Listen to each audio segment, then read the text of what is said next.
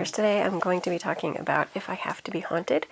This was one of my Fairy Loot books, and this was the YA choice for one of them. I don't remember which month because I can't keep track of that.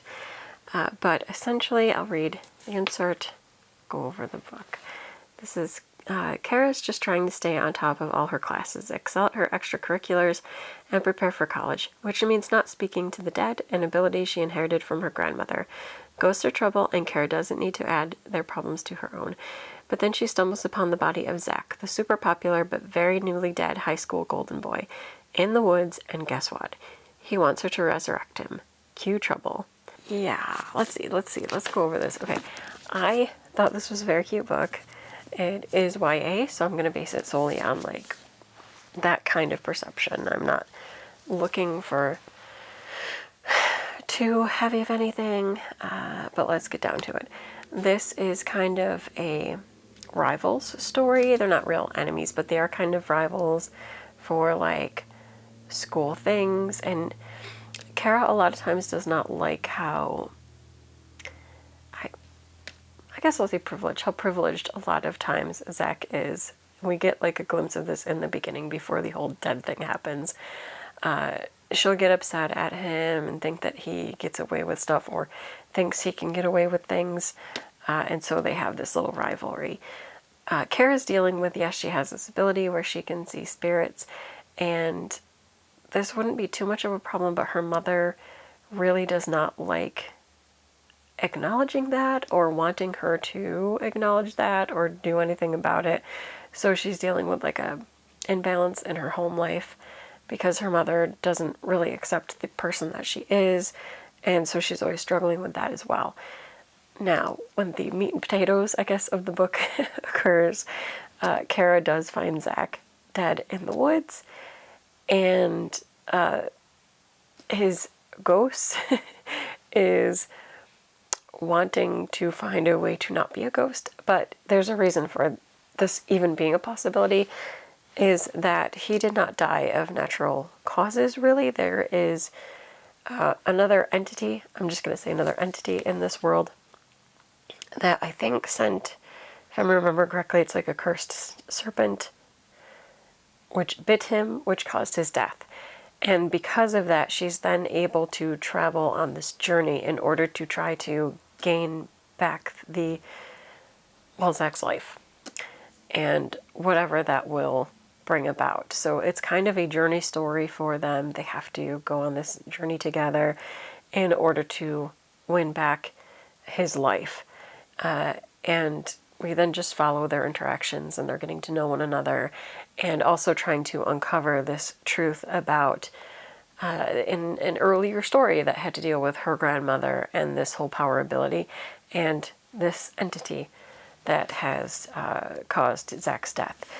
Or maybe not the exact entity. Anyway, it's a whole circular big story that I don't want to give away all of that, but the narrative is essentially that they're going to work together to try to find the cure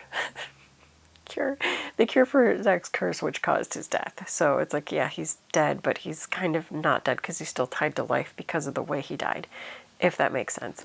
And so they're going to try to solve that.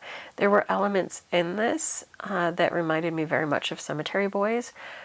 Obviously, due to the differences in cultures, there's a lot of differences there as well.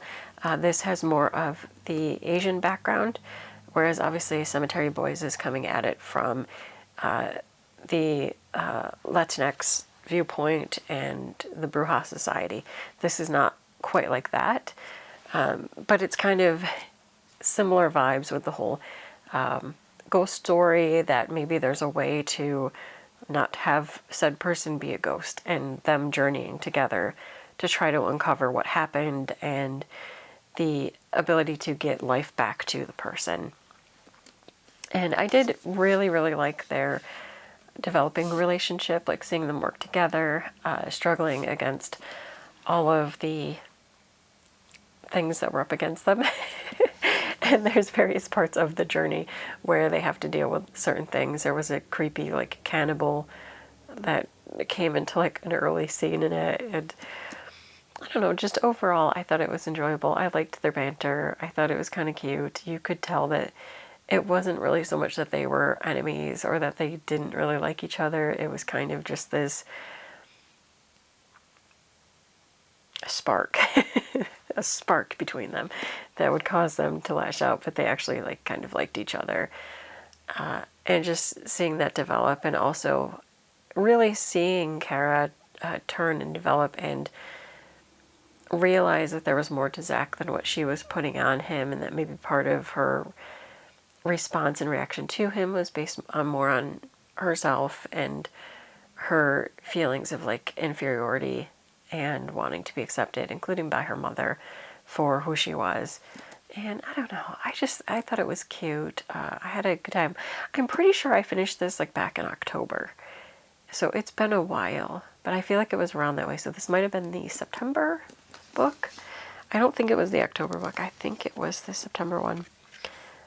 But either way, I finished it a while ago, so I'm trying to remember more than I potentially could. I think my Fairy Loop cover is beautiful. I think it also had a nice original cover, if I remember correctly, but I think it was more character-centered. I don't remember, but I do love this, though.